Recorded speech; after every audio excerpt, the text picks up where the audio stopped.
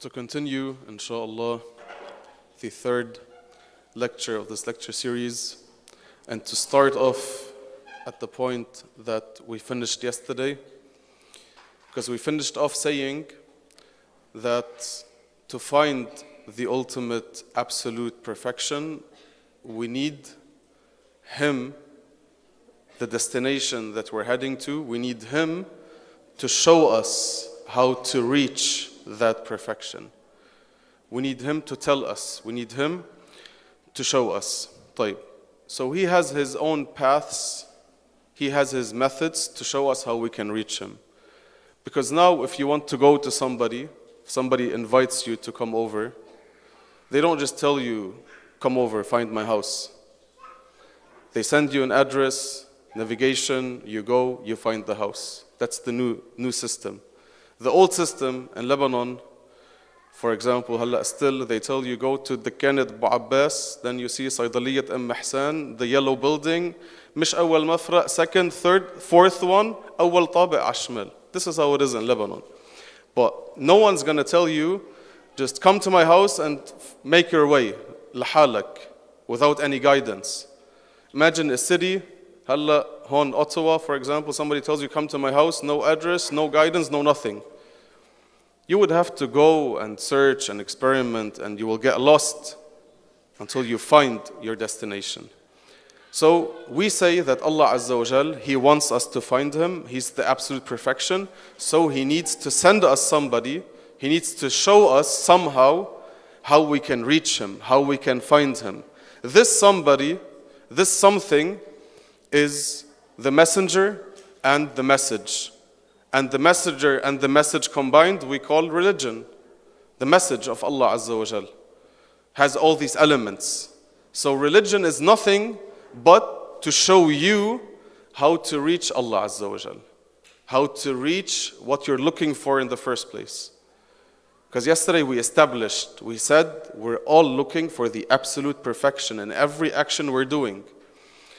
So this prophet, this message that came down, that was sent to us, has the main purpose is to take us towards Allah Azza wa Jal, to take us towards perfection and light. This is what religion is. Because like I said, without it, we would just experiment. We would come up with new things. Just try and live life somehow. And we see where this takes us. We see the results today. We see the results of not being close to God or His religion. Just people are lost. A few years ago, if you wanted to sign up somewhere or make an account, just gender, male, female. Now we have 20 options, 30 options, 40 options. Allahu A'lam. Maybe in 100 years, when they change their mind, we have 0 genders. We have 1 gender. We have no gender. شو بيعرفني? But people are just experimenting. Allahu A'lam. Where are they taking us? We don't know. Just let's try. Let's see. La alhamdulillah. We have Islam. We have religion. Because Allah Azza wa Jal, He's the creator. He created us. He knows us. He knows everything. So He's telling us how to live life. It's a relief. This is how we should see religion. People think religion, you know what, I'm not ready to commit, I'm not ready to do this and that, because they think religion wants to control me. Religion wants to control my life. Haram, halal, mustahab, makruh, do this, don't do that. La habiba bil-akis. You understand religion wrong. Religion is a relief to tell you how to live life, how to treat yourself, how to treat your parents. Do I move out when I'm 18 or do I stay at home?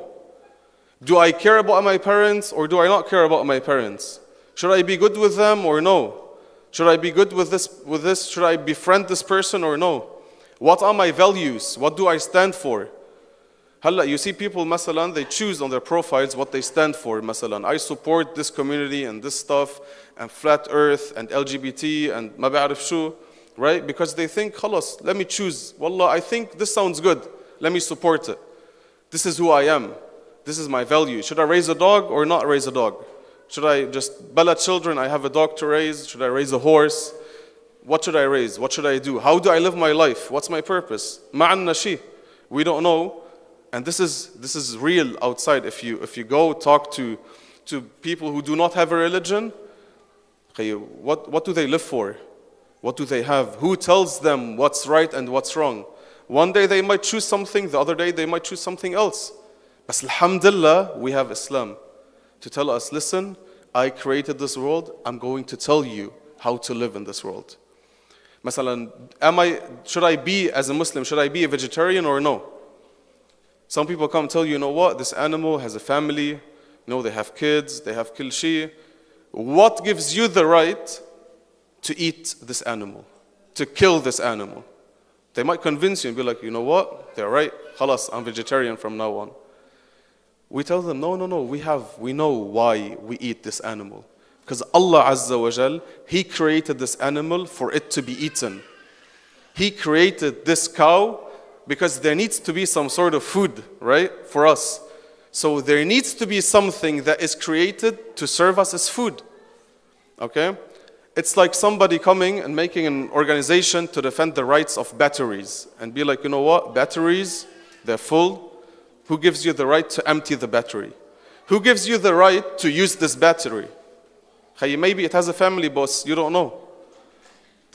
No one can say, we want to defend the rights of the battery and keep the battery full. But the purpose of this battery is to be emptied. This is why it was made in the first place. When you have a proper worldview, a proper Islamic worldview, Allah tells you, I created some animals so that you can take them on a ride. Okay, go from country to country. There was no cars back in the day. I created animals so you can use them as transport, to transport things that you have, to work on them, to Some animals you can eat, some animals you can keep, some animals Allah created everything. And He told you, this is how you should live life. In all aspects. You take your values from religion. So technically, it's a relief to tell you, okay, this is what I should stand up for, this is good, this is bad.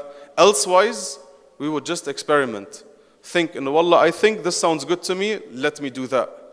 This doesn't sound good, so no, I don't identify with this. Okay? So religion came to tell you, this is good, this is perfection.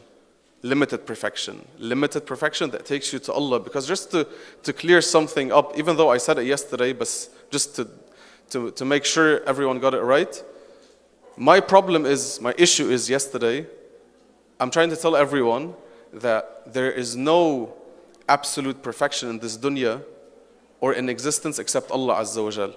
So basically what I want to do, or what I try to do, is to tell everyone, don't think that your happiness, that your inner satisfaction will come from anything in this dunya to the absolute. Yani. Nothing will satisfy you fully except Allah Azza wa Jal. Everything else is limited, but you are an unlimited human being. So your main destination, your main focus should be Allah. But you can go towards limited perfections in this dunya because they're connected to Allah. He told you to go towards them. Okay, so we can go towards limited perfections, but we have to realize and know that these perfections are limited. Don't think they are unlimited. That's what we do usually. طيب صلوا على محمد وآل محمد.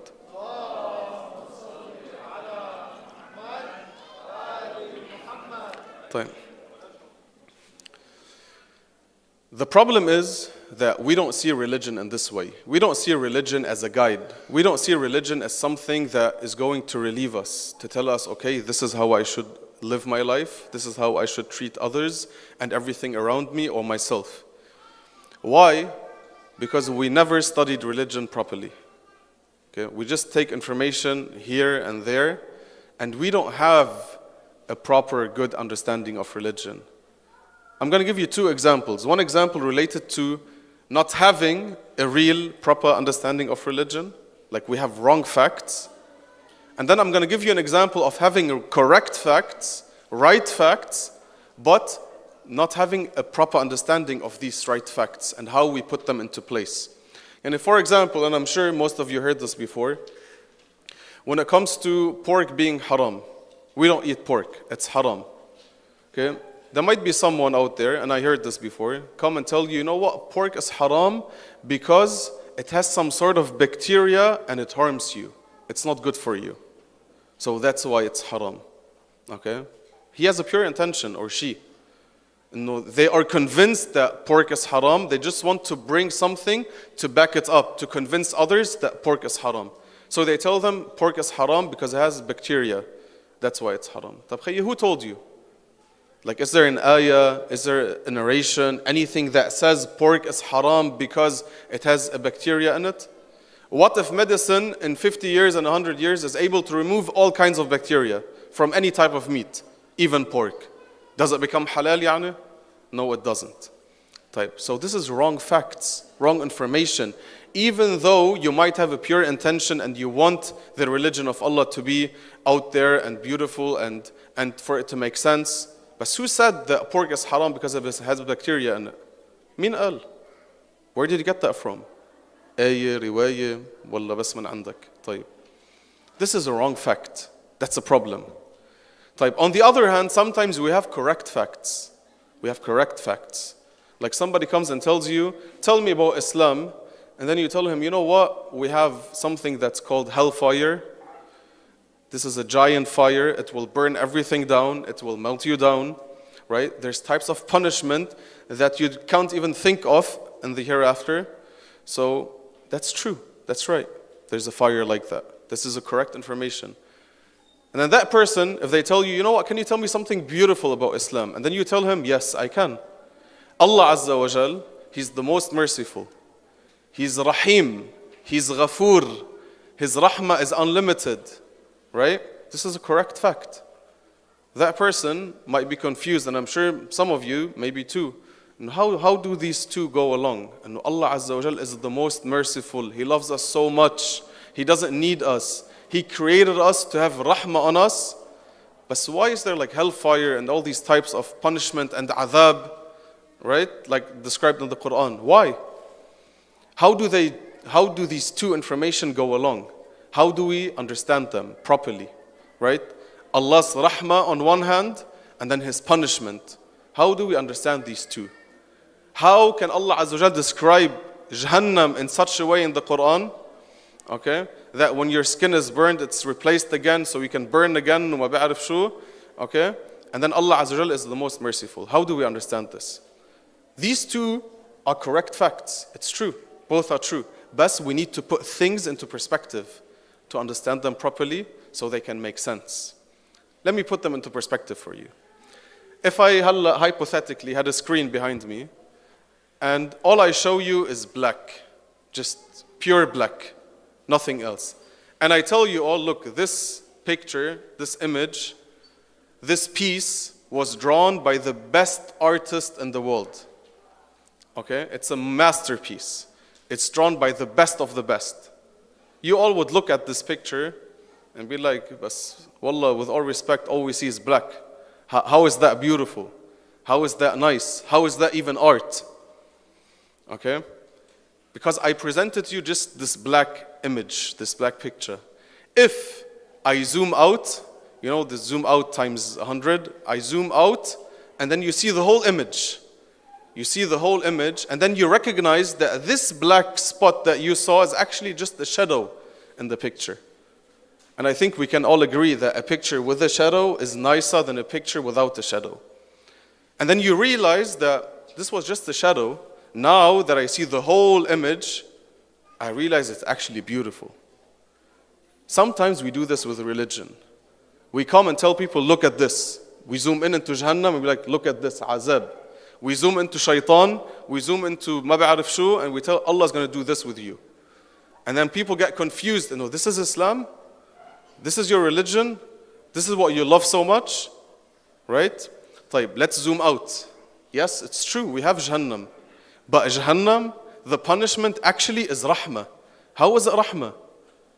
Because how many of us only enter Jannah, only obey Allah Azza wa Jal because they are afraid of hellfire? I'm sure most of us. Yani elsewise, just like on the side, none of us would be sitting in Shahr Ramadan reciting Dua al-Jawshan, Al-Ghawth, Al-Ghawth, Khallisna min al-Nar ya Rab, right? 100 times. Like first night, second night, third night. طيب. So how many of us only obey Allah Azza wa Jal just because they are afraid of hellfire? How many of us enter Jannah just because they are afraid of hellfire? A lot. And this is what the narrations describe anyway. So hellfire in the bigger picture is actually good, is actually rahmah. Allah doesn't want to put you in hellfire. You put yourself in hellfire. Inshallah, in one of the nights that are coming, we'll speak about this. We'll speak about the reality of Jannah and Nar to understand them properly too. This will come. But you put yourself in Jahannam. Allah doesn't do that. Okay, He warns you, He tells you, He sent you prophets and messengers to tell you, Habibi, do everything so that you do not end up in hellfire. You take yourself there. So Allah Azza wa Jal created this so we can enter Jannah. In the bigger picture, it is rahmah. Aslan, when you enter hellfire, it is only for you to purify yourself to go into Jannah again. So in the bigger picture, it makes sense. In the bigger picture, it's necessary. In the bigger picture, it's beautiful. Same thing we'll say about shaitan when we talk about him in 2 nights. Same thing. So this is how we take correct information, we put them into perspective so we can have a proper understanding. 2 correct facts, but they go along and they are beautiful.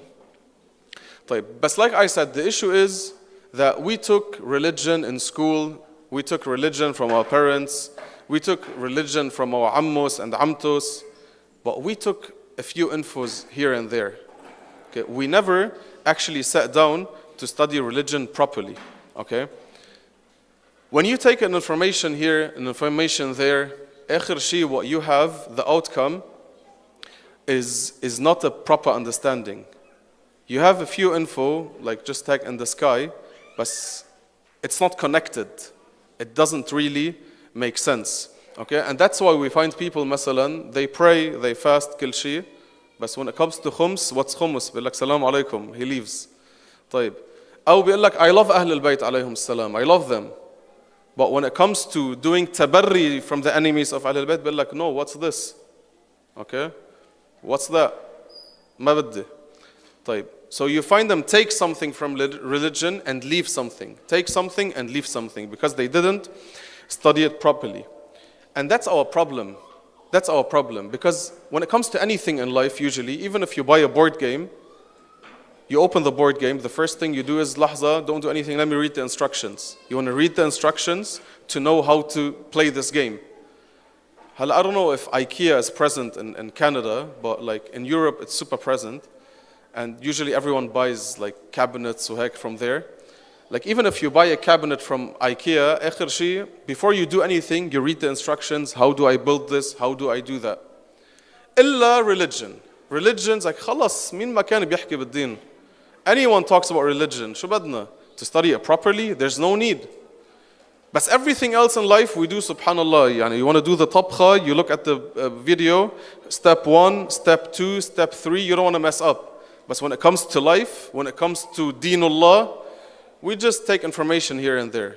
We don't put the effort to actually sit down and study religion from A to Z. We start somewhere with A, then we go to Z, we go back to K, we go back to Y, we go back to B, heck. Just infos here and there. Look, it's good to listen to lectures. It's good, but it's not enough. It's good to attend sahras, but it's not enough. It's good to attend Q&As, but it's not enough. Okay? You will gain information, you will gain knowledge, you will gain the push, you will have the push to read, to think, to reflect. Good.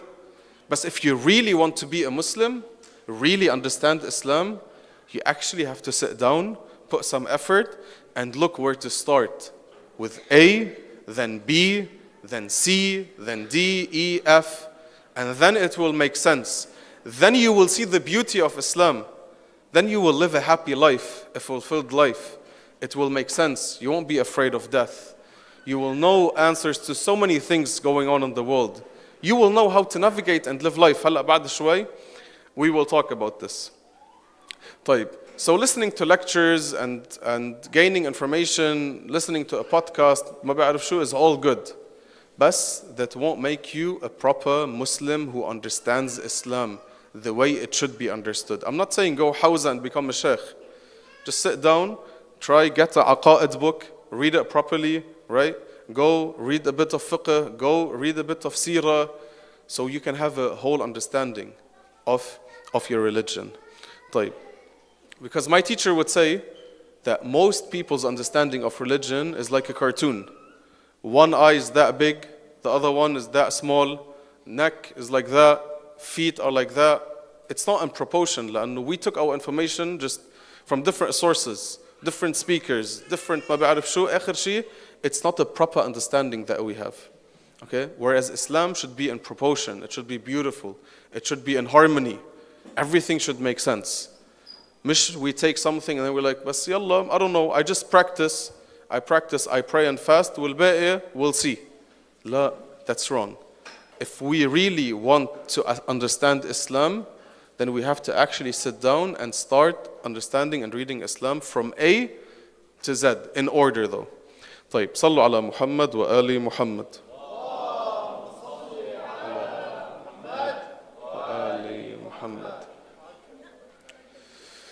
طيب.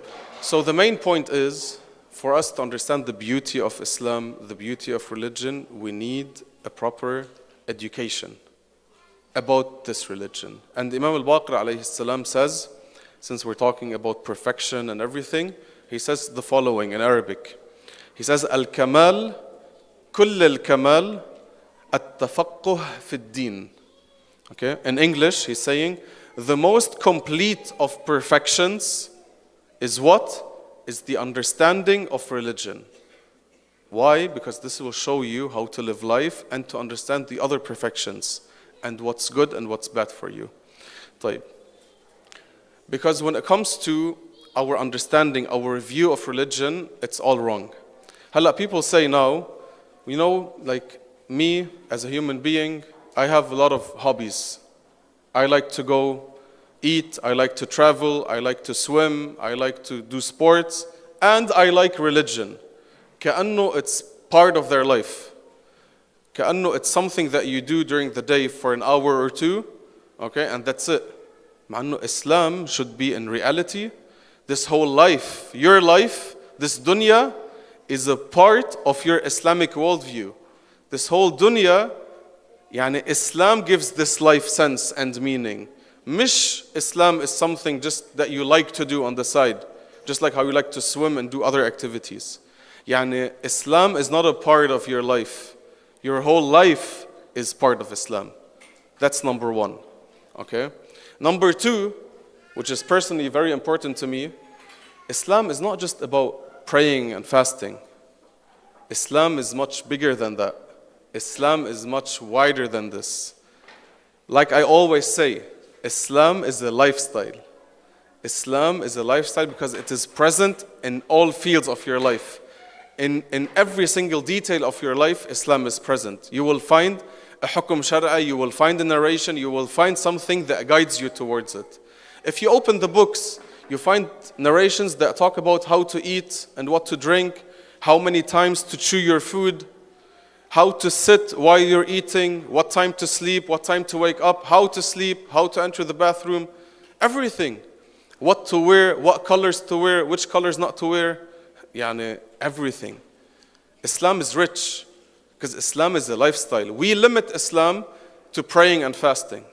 But that's not true. That's not right. This is not what Islam is. Islam is bigger than this. I'm not belittling prayer and fasting or kilshi. I'm not. These are the main things, the main pillars. But Islam is bigger than this. Because trust me, no one has a problem with us praying and fasting. Okay, no one. You can pray and fast as much as you want every single day, in your center or at home. But Islam is a lifestyle to tell you how to live life, what to stand up for, the values.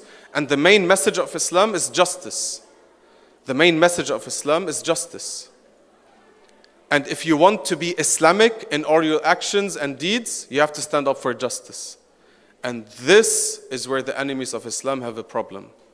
When you actually take Islam, when you take your prayer towards justice, when you take your fasting towards justice, when you take all your deeds towards establishing justice, this is where they have a problem. They don't have a problem with us praying and fasting. They have a problem when you start to stand up for justice, when you speak up. This is where they have a problem. They don't want you to do this. But this is Islam. This is the main message. Aslan, the Quran says it multiple times, that He sent down the book and the prophets and everything. For what reason? لِيَقُومَ النَّاسُ بِالْقِسْطِ. So people can establish justice. People can establish justice.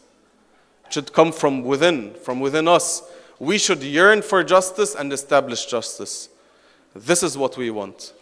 So salah, if it doesn't take you to establishing justice and speaking up for truth, then you're not praying the prayer that Islam wants. If your fast doesn't take you towards justice and standing up for justice, you're not fasting right. If you attend the majlis of Imam Al-Hussein and this majlis doesn't make you stand up for justice and truth, you're not attending the majlis right. If the Latmiyya doesn't make you go and stand up for justice, you're not doing it right. This is what Islam is about. Not just Latmiyya, it ends when I leave the majlis. The majlis ends when I leave the majlis. Salah ends when I say, Assalamu alaikum wa rahmatullahi wa barakatuh. No. Salah, Imam al-Hussein, everything, they should take you somewhere else to establish social justice. This is what Islam is about. Sallu ala Muhammad wa ali Muhammad.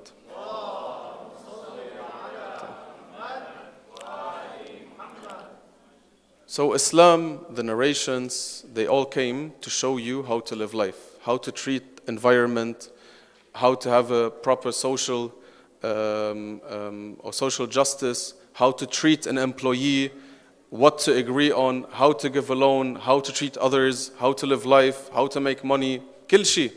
Islam came and told you everything. We just need to open the books and actually read. Wallah, there's a book in Al-Kafi. It talks about al-at'ima wal-ashriba. Just food and beverage. ما بعرف شو بتقولوا food and drinks. Okay, it tells you how to tishwi your meat. Bab al-lahm al-mishwi. We have narrations that talk about Bab al-lahm al-mashwi, on how to do your food, how to cook your food, and how to eat, how to treat animals. Kil shay. Islam is that rich, but we limit it to salah and saum. Wa illa, what we could do, take the nutritionists, doctors, kil shay, and do collaborations and see, look what Islam says, what does science say, what does ilm say, let's combine them. Let's come up with something Islamic, valuable for people. Let's make use of them, not just close everything and only open tahara and salah and saum and that's it. Islam is that rich. طيب. So Islam came to talk about all these aspects of life, even the smallest details, and you find this in the Quran. Look what the Quran says when it comes to what to say, yani what words to use. Okay?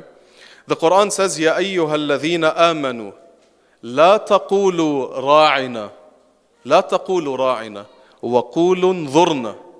So the Quran is saying, O you who believe, say not رَاعِنَا. Okay? But say انظُرْنَا. So he's saying, don't use this word anymore.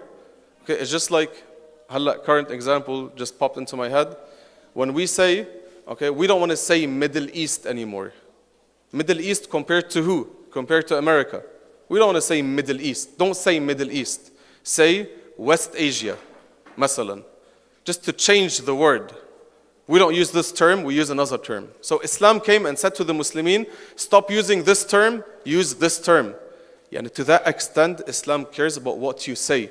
In the pre-Islamic time, when somebody used to get a baby, and some Muslimin still do that today, inshallah after this lecture they won't. When somebody got a baby, they would tell them بالرفاه والبنين. بالرفاه والبنين, to congratulate them. Okay, إلهم مبروك. They would say بالرفاه والبنين. Islam came and said, don't say that. Instead say على الخير والبركة. So if somebody gets a baby, you want to go to barkulun, tell them على الخير والبركة, not بالرفاه والبنين. Okay, another example. When death is mentioned, people always say, شو بعيد من هون, بعيد من هون. Okay? يعني باللبناني I would say, يا خي قد ما بعد حيجي. Okay? يعني as much as you say بعيد من هون, بعيد من هون, يعني to keep it far away from you or far from you, آخر شيء at the end of the day it will come. So why to pray with something that's not really useful? Instead, Islam tells us what to say. To say طيبه الله لنا ولكم. When death is mentioned, instead of saying بعيد من هون, because there's no effect, basically no use, say طيبه الله لنا ولكم. May Allah make it sweet for us, for me and you. Heck, when you mention death. طيب. That's what you should do.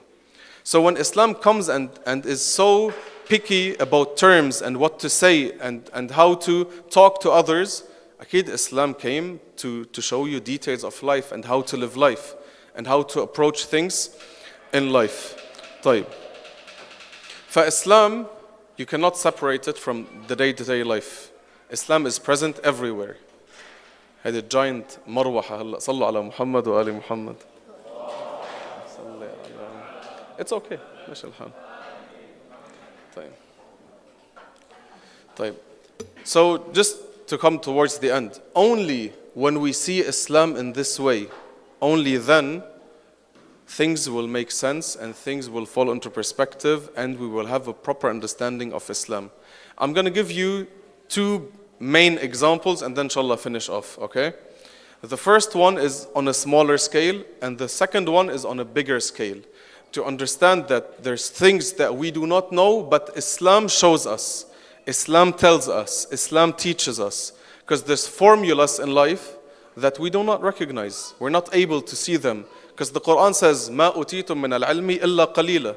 You were not given much of knowledge, or you were only given a little of knowledge.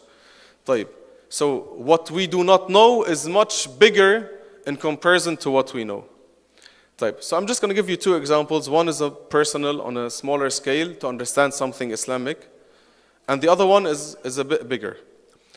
طيب. When it comes to Salat al-Layl, مثلا, you all came across the narrations that say كذب عبدي يدعي أنه يحبني فإذا جن عليه الليل نام عني. Okay? And in English, تقريبا, it would be that my servant is a liar when he claims or if he claims that he loves me, but when the night time comes, he sleeps and doesn't wake up. Because the narration says, أَلَيْسَ يُحِبُّ كُلُّ حَبِيبٍ, something like this, أَنْ يَخْلُو بِحَبِيبِهِ. Like, doesn't everyone like to be with his beloved alone or have some alone time with his beloved, like that? When I used to read this narration before I went to Hawza, I'd be like, I really don't understand this narration. Like, what does it mean? Because, like, I'm with Allah all the time, okay? Like, when I pray subuh, dhuhr, maghrib, isha, whatever, like, I'm praying. So, like, is there something about the night time that's special that Allah wants me to do at night? Aw la? Because I was living a certain lifestyle before Hawza.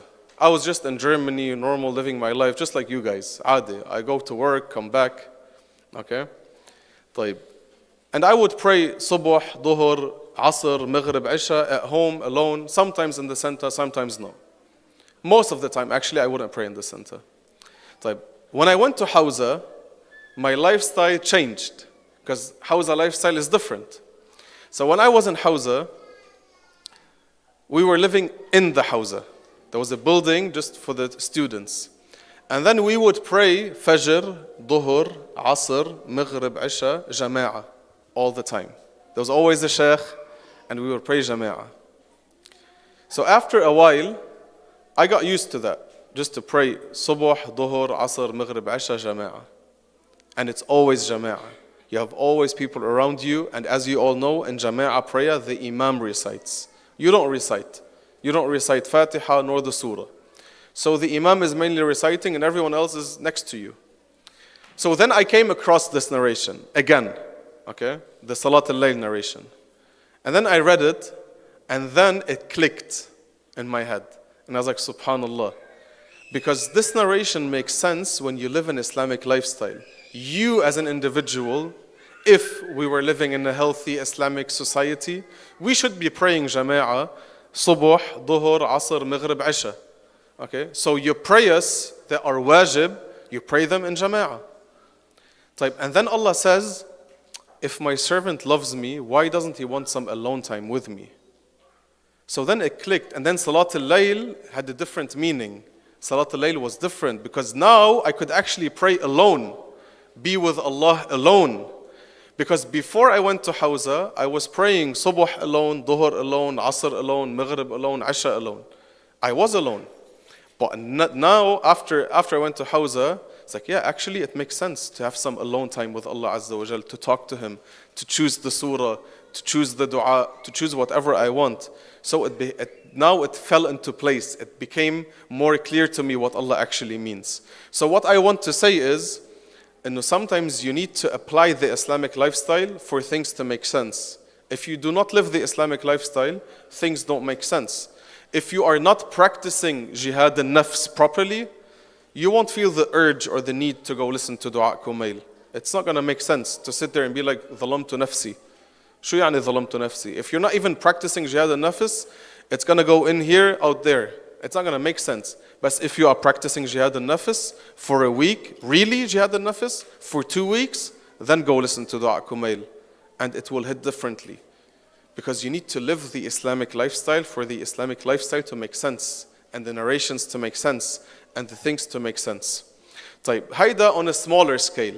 Okay, how applying the Islamic lifestyle gives sense and meaning to things. On a bigger scale.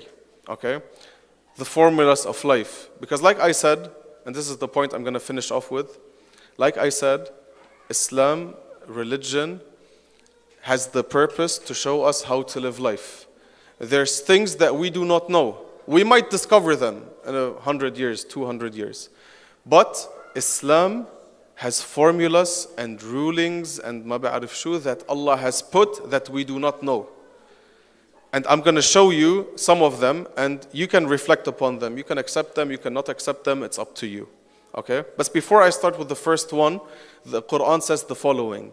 يَعْلَمُونَ ظَاهِرًا مِنَ الْحَيَاةِ الدُّنْيَا وَهُمْ عَنِ الْآخِرَةِ هُمْ غَافِلُونَ. So in English he's saying they know only the outside appearance of the life of the world, and they are heedless of the hereafter. So we only know the outside appearance, ظاهرا من الحياة الدنيا, but we are heedless of the hereafter, because the hereafter is present. And in the same manner, we're heedless of other things that we do not know, because we're limited, because we were not given much knowledge and ilm. Okay? Look at the narrations and what they say, and what I believe are formulas that Allah has put that we just need to follow and obey. The first one is that you could technically impact the whole world, the whole universe, just from your house, just from your home. You can have an impact on the whole universe. How? Look what the Quran says. This is a verse in the Quran. أعوذ بالله من الشيطان الرجيم فقلت استغفروا ربكم إنه كان غفارا. What is he telling us? Then I said, ask forgiveness of your Lord, surely He is the most forgiving. How do you ask for forgiveness? You say, astaghfirullah, right? Mainly, يعني. You say astaghfirullah. So you say something. What's the result? What happens? He says, يُرْسِلِ السَّمَاءَ عَلَيْكُمْ مِدْرَارًا. The response is, He will send down upon you the cloud, pouring down abundance of rain. Question. How is a word that I say, which is istighfar, how is that related to the clouds and to the rain and to the blessings of Allah Azza wa Jal? How? So there must be ways, formulas in life. Allah is saying, because He's the creator, He programmed life, He programmed this dunya, He put everything. He said that if you say istighfar, I will send down blessings upon you. I will send down rain. Rain is known as blessings. Is barakah, is food, is the plants, kil shay. So if you say istighfar, even you're sitting at home, then this will have a result that Allah Azza wa Jal will say, I will send down blessings upon you. This is one example. Another one that you all know. عن الإمام الباقر عليه السلام. He says, صِلَةُ الْأَرْحَامِ. He mentions one thing, another thing, and another thing, until he says, وَتُنْسِئْ فِي الْأَجَلِ. صِلَةُ الْأَرْحَامِ تُنْسِئْ فِي الْأَجَلِ. In English, maintaining family ties delays the coming of death. We all know that. How is that related? If I go visit my grandmother, if I check up on my brother, if I go help my father, this will prolong my life. How? Because Allah Azza wa Jal, He's the creator of the universe. He put His formulas, even if we do not know them, even if we are not aware of them, they exist. So we just follow Islam. to tell us things and how to live life. طيب, look what Imam al-Sadiq says, beautiful narration.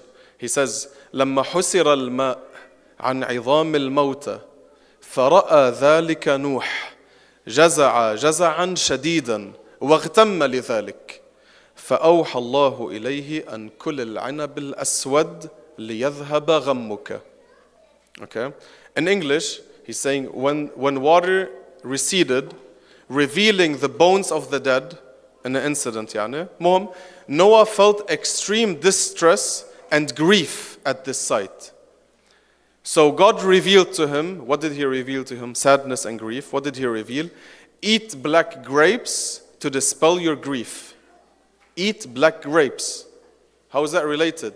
If I'm depressed, if I'm in deep sadness, Allah Azza wa Jalla is ordering Nabi Nuh eat black grapes. هلا if we can بنعمل one-on-one sessions ومضيفكم black grapes بالقعدة يعني. هلا إذا حدا هون خضرجي وعنده عنب أسود, it's gonna be sold out tomorrow.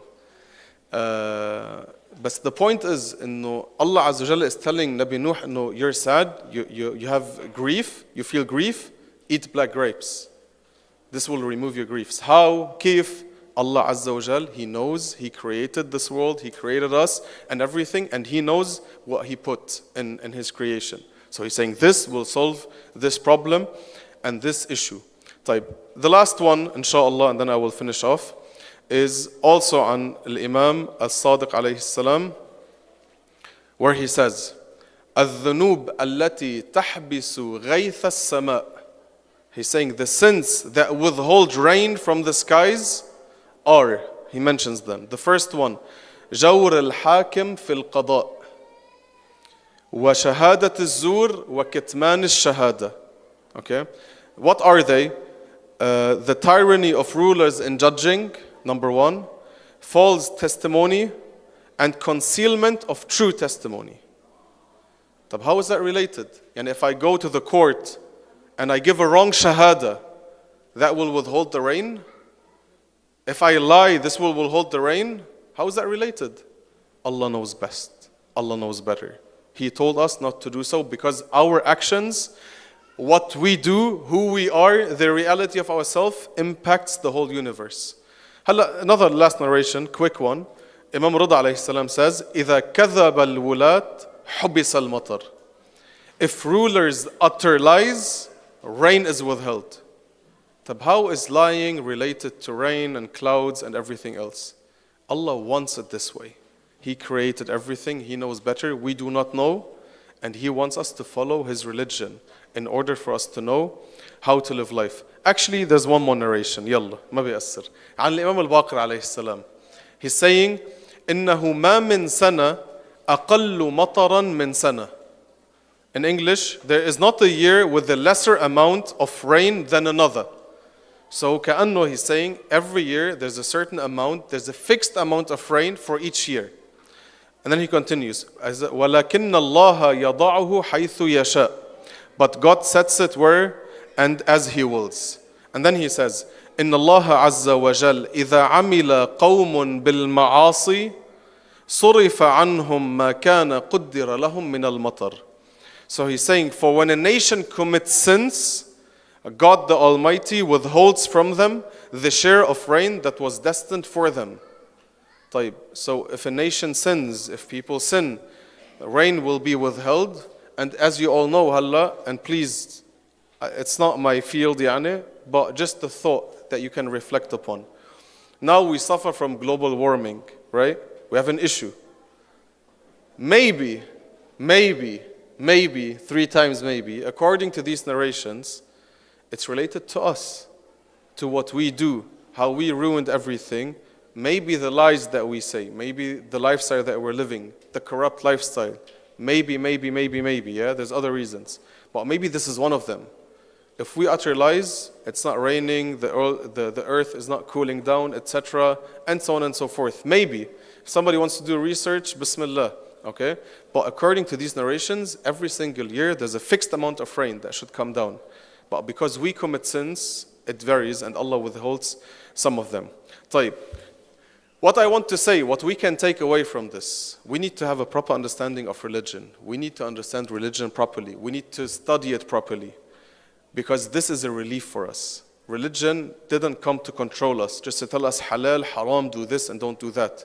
Religion came to show us life, the rules of life, how to live life. And in order for us to have a proper understanding of religion, we have to study it properly, so everything can make sense. So religion is nothing else but our guidance to take us towards the ultimate perfection, the need that we have within. And there's things that we do not know. This is why religion is important, to show us how to live life. Religion is not only about fasting and praying. Religion is way more than this. It's a whole lifestyle on how to live life. بكل شيء.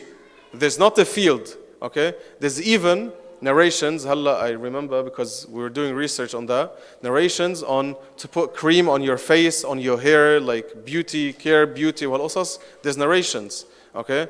دهن الزيت وما بعرف شو, and there's narrations, they're mentioned. So everything, gym, sports, be healthy, كل شيء, everything is present in Islam. Wallah, I'm not kidding. On putting like skincare والقصص, we have narrations that talk about this. طيب. So, this is the beauty of Islam.